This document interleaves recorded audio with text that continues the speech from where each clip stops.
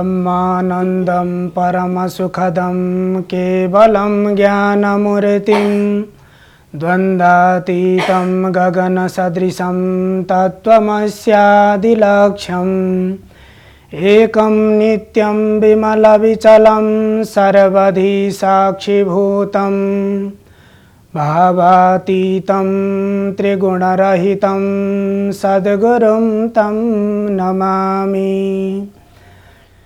या देवी मधुकैटभप्रमथिनी या माहिषोन्मूलनी या धूम्रेक्षणचण्डमुण्डमथनी या रक्तबीजासिनी शक्तिशुम्भनिशुम्भदैत्यदलनी या सिद्धिलक्ष्मीपरा सा देवी नवकोटिमूर्तिसहिता मां पातु विश्वेश्वरी। शरणागतदीनार्थ परित्राणपरायणे सर्वस्यार्तिहरे देवी नारायणी नमोस्तुते। संपूर्ण दर्शक वृन्द हार्दिक अभिवादन तथा सुप्रभात। हामी यस इमेज च्यानलको शुभ बिहानी कार्यक्रम मार्फत उपस्थित भएका छौं र यस कार्यक्रम मार्फत हामीले अहिले चलिराखेको नवरात्रको बारेमा, नवरात्र के हो र यो नवरात्रमा हामीले उपासना किन गर्नुपर्दछ, यो उपासना गर्यो भने हामीलाई के फाइदा हुन्छ, के प्राप्त हुन्छ भन्ने कुराको बारेमा हजुरहरूलाई हामीले केही जानकारी दिनको लागि यो कार्यक्रममा उपस्थित भएका हौं। हिजोबाट सुरु भएको नवरात्र, हिजो हामीले सामान्य रूपमा नवरात्र के हो भन्ने बारेमा बताएका थियौं र आज नवरात्रको द्वितीय दिवस अर्थात दोस्रो दिन। नवरात्रमा 9 दिनसम्म हामीले उपासना र व्रत गर्नुपर्दछ र 9 दिनमा 9वटा देवीको पूजा गरिन्छ। पहिलो दिनमा हिजो हामीले शैलपुत्री, प्रथमं शैलपुत्री च द्वितीयं ब्रह्मचारिणी भनेर सप्तशतीमा लेखिएको छ। त्यसो भएर पहिलो दिनमा हिजो हामीले शैलपुत्रीको उपासना गर्यौं, पूजा गर्यौं। शास्त्रीय विधान अनुसार हामी सबैले गरेका छौं र शैलपुत्री भनेकी हिमालयकी छोरी पार्वती, जो पूर्व जन्ममा दक्ष प्रजापतिकी छोरीको रूपमा जन्म लिएकी थिइन् र दक्ष प्रजापतिले यज्ञ गर्दाखेरि त्यो यज्ञमा आफ्नो पतिको अपमान भएको ठानेर ती सतीदेवीले त्यही यज्ञमा हाम फालेर आफ्नो प्राण विलीन गराएकी थिइन्। तिनै सतीदेवीलाई शैलपुत्री भनेर भनिएको हो र ती देवीको उपासना हामीले हिजो नवरात्रको पहिलो दिन गर्यौं र आज दोस्रो दिनमा ब्रह्मचारिणी देवीको हामीले उपासना गर्नुपर्दछ। ब्रह्मचारिणी भनेको ब्रह्म शब्दको अर्थ हुन्छ तपस्या, तपश्चरणी। ब्रह्मचारिणी तपस्याद्वारा नै सम्पूर्ण कार्यहरू सिद्ध गर्ने र गराइदिने भएको हुनाले ब्रह्मचारिणी भनेर भनिएको हो। ब्रह्मचारिणी भगवतीको उपासना गरेर हामीले आफ्ना कार्यहरू सिद्ध गराउनको लागि प्रयत्न गर्नुपर्दछ र यो नवरात्र भनेको भगवतीको उपासना गर्ने समय हो। किन भगवतीको उपासना गर्ने त भन्दा भगवती भनेकी एउटा शक्तिकी प्रतीक हुन्। यो सम्पूर्ण संसार शक्ति बिना चलेको छैन। हामीले सामान्य रूपमा विचार गर्न सक्छौं, शक्ति भएन भने केही पनि चल्दैन। आगोमा पनि पोल्ने शक्ति छ र त? आगोसँग सबै डराउँछन् र त्यो आगोले पनि आफ्नो काम गरिराखेको हुन्छ। यदि त्यो आगोमा त्यो जलाउने शक्ति भएन भने त्यो आगोको अस्तित्व रहँदैन। त्यस्तै हामी सबैभित्र एक किसिमको शक्ति छ र त्यो शक्तिलाई हामीले यो उपासना व्रतद्वारा त्यो शक्तिलाई हामीले जागृत गर्नुपर्दछ। हामीले त्यो शक्तिलाई जागृत गर्न सकेनौं भने आफ्नो जीवनको अर्थ के हो, हामी यहाँ किन जन्मेको हो र यहाँ आएर हामीले यो संसारलाई के दिएर जानु छ त भोलि भन्ने कुरा, त्यो कुरा सिद्ध गर्नको लागि त्यो हाम्रो शक्ति हामीले जागृत गर्नुपर्दछ, त्यसलाई सञ्चित गर्नुपर्दछ। र यो नवरात्रलाई एउटा विजयको पर्वको रूपमा पनि लिइन्छ। विजय भगवान रामचन्द्रले पनि रावण जस्ता राक्षसहरूलाई जित्नुभयो, विजय प्राप्त गर्नुभयो। भगवान रामचन्द्रले पनि नवरात्रको उपासना गर्नुभएको थियो। भगवान विष्णुले पनि नवरात्रको उपासना गर्नुभएको थियो। त्यस्तै हामीले माता भगवतीका कथाहरू सुन्दाखेरि, विभिन्न शास्त्रहरू श्रवण गर्दाखेरि, देवीका महिमाहरू सुन्दाखेरि हामीले थाहा पाउने गर्छौँ भगवती राक्षसहरूसँग युद्ध गर्नुभयो, देवीले युद्ध गरेर राक्षसहरूलाई जित्नुभयो भन्ने कथाहरू हामीले सुन्ने गरेका छौँ। तर त्यो राक्षसी प्रवृत्तिसँग भगवतीले युद्ध गर्नुभएको हो। हामी हजुरहरू र हामीभित्र, सबै मानवभित्र पनि दुईवटा तत्त्व हुन्छन् अरे। शास्त्रमा बताइएको छ, एउटा हामीमा आसुरी प्रवृत्ति हुन्छ जसलाई राक्षसी प्रवृत्ति पनि भनिन्छ, र अर्को दैवी शक्ति, दैवी गुण। हामीले त्यो आफूभित्र भएको आसुरी प्रवृत्तिलाई परास्त गर्नुपर्दछ र दैवी गुणलाई हामीले प्रबल बनाउनु पर्दछ, व्याप्त बनाउनु पर्दछ।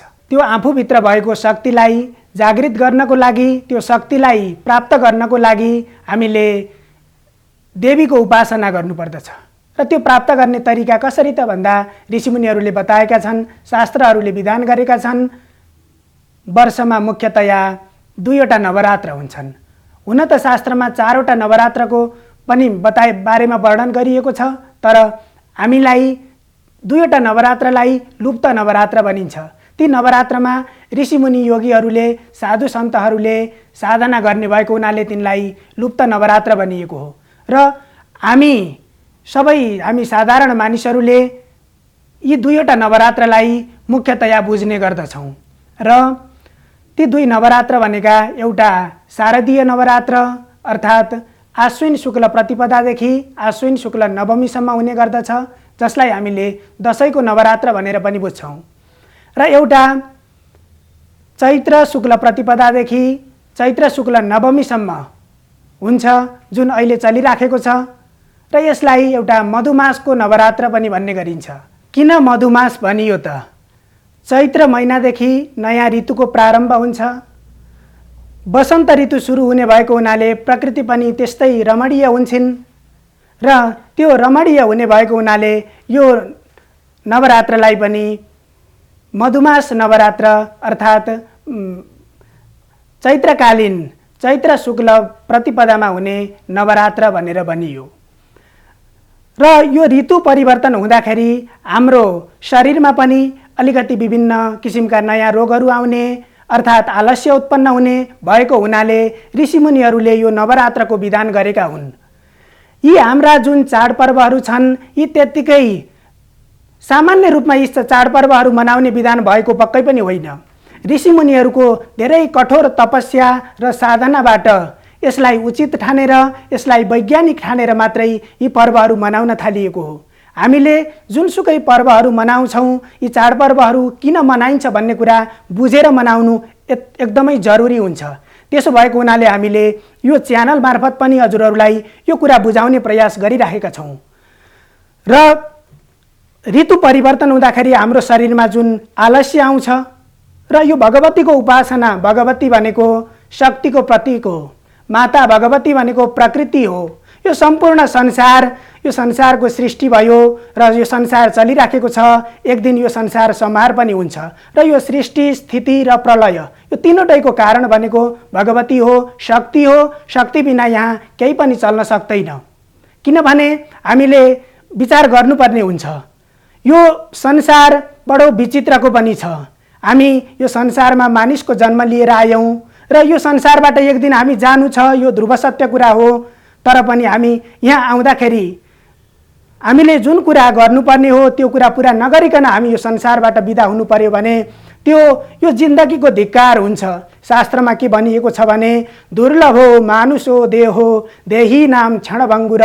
हामीले यो मनुष्यको चोला भनेको धेरै जुनीको तपस्याको प्रभावले प्राप्त गरेका हौँ। त्यसो भएर हाम्रो जीवनको जुन अर्थ छ त्यो अर्थलाई पूरा गर्नको लागि हामीले साधना गर्नुपर्दछ, मेहनत गर्नुपर्दछ र राम्रा काम गरेर मात्रै हामी यो संसारबाट जानु छ।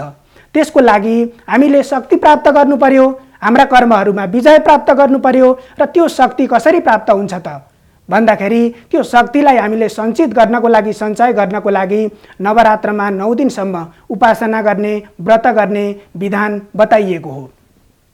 र पहिलो दिनमा हामीले शैलपुत्रीको उपासना गऱ्यौँ भने आज दोस्रो दिनमा हामीले ब्रह्मचारिणी देवीको उपासना गर्दछौँ। ब्रह्मचारिणी, ब्रह्म भनेको तपस्या पनि हो, ब्रह्म शब्दको अर्थ तपस्या पनि हुन्छ र तपश्चरणी अर्थात् तपस्याबाट नै सबै कुरा सिद्ध गर्ने भएको हुनाले, अर्थात् हामीले पनि तपस्या गऱ्यौँ भने हामीलाई त्यसबाट सिद्धि दिने भएको हुनाले ब्रह्मचारिणी भनेर भनिएको हो। माता पार्वतीले जसरी भगवान शङ्करलाई प्राप्त गर्नको लागि आफूले व्रत गर्नुभयो, तपस्या गर्नुभयो र त्यो तपस्याको प्रभावबाट भगवान शङ्करलाई प्राप्त गर्नुभयो र त्यस्तै हामीले जुनसुकै हामीले गरेका कर्महरूमा विजय प्राप्त गर्नको लागि हामीले पहिला आफूमा शक्ति सञ्चय गर्नुपर्दछ। र यो नवरात्रमा हामीले देवी भागवतका, देवीका महिमाहरू श्रवण गर्छौँ। विभिन्न पुराणहरूमा बताएका कुराहरू हामीले विभिन्न ठाउँमा गएर सुन्ने गर्छौँ र ती सबैमा के बताइएको हुन्छ भने देवीले राक्षससँग युद्ध गर्नुभयो। देवीले, आखिर देवी त भगवान भगवतीको स्वरूप हो, भगवतीले किन युद्ध गर्नुभयो त? सामान्य अर्थ बुझ्दाखेरि अचम्म लाग्न सक्दछ, तर बुझ्नुपर्ने कुरा के छ भने राक्षसी प्रवृत्ति भनेको दानवसँग युद्ध गर्नुपर्छ। किन युद्ध गर्नुपर्छ भने हामी सबैमा के हुन्छ, एउटा राक्षसी प्रवृत्ति हुन्छ जसलाई दानवीय प्रवृत्ति भनिन्छ, एउटा दैवी सम्पत्ति हुन्छ र हामीले आफूमा भएको त्यो राक्षसी प्रवृत्तिलाई हटाउनुपर्छ। त्यो हटाउनको लागि हामीले त्यो राक्षसी प्रवृत्तिसँग युद्ध गर्नुपर्दछ। यदि त्यो राक्षसी प्रवृत्ति हामीभित्र भयो भने त्यसले हामीलाई सफल हुन दिँदैन, राम्रा कर्महरू गर्न दिँदैन। त्यसो भएर शास्त्रमा के भनिएको छ भने आलस्यम हि मनुष्याणाम शरीरस्थो महान रिपुः नास्त्युद्यम समो बन्धु नस शान्तिर्मवाप्नुयात्। आलस्य भन्ने, अल्छी भन्ने चिज भनेको सबैभन्दा ठुलो हाम्रो शरीरको शत्रु हो र उद्यम, मिहिनेत भनेको सबैभन्दा ठुलो हाम्रो मित्र हो, बन्धु हो। त्यसो भएर हामीले त्यो आलस्यलाई परास्त गर्नको लागि, त्यसलाई जित्नको लागि, त्यो आसुरी प्रवृत्तिलाई, राक्षसी प्रवृत्तिलाई जित्नको लागि त्यससँग हामीले युद्ध गर्नु परेको हो। माता भगवतीले पनि यो समाजमा भएका जुन राक्षसी प्रवृत्तिका व्यक्तिहरू छन्, जो राक्षसहरू भनेर तिनलाई भनिन्छ, जो आसुरी प्रवृत्तिको व्यवहार देखाउँछन्, तिनलाई नाश गर्नै पर्दछ। किन? आखिर हामीले त एउटा सुसंस्कृत र सभ्य समाज निर्माण गर्नु छ र त्यो सभ्य समाज बनाउनको लागि यहाँका ती दानवीय प्रवृत्तिलाई हामीले हटाउनु पर्दछ र यो भगवतीको उपासना गरेर हामीले त्यो शक्ति प्राप्त गर्ने हो।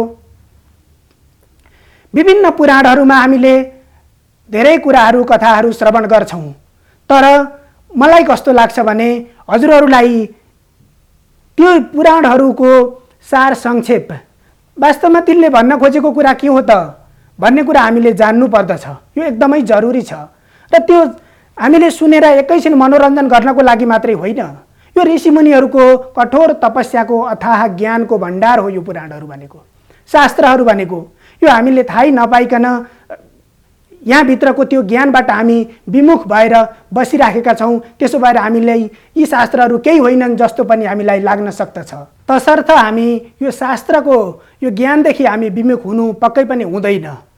र आज मैले हजुरहरूलाई यो नवरात्रको द्वितीय दिवसको दोस्रो दिनको बारेमा केही कुराहरू बताएँ र यसले हजुरहरूलाई पक्कै पनि हजुरको व्यवहारमा केही सहज हुनेछ, हजुरहरूले केही बुझ्नुभयो, सिक्नुभयो भन्ने मैले ठानेको छु र भोलिको दिनमा पनि मैले यही नवरात्रकै बारेमा केही कुराहरू लिएर आउनेछु र हजुरहरूको दिन मङ्गलमय होस्, शुभ होस्, यही भन्दै म बिदा हुन्छु।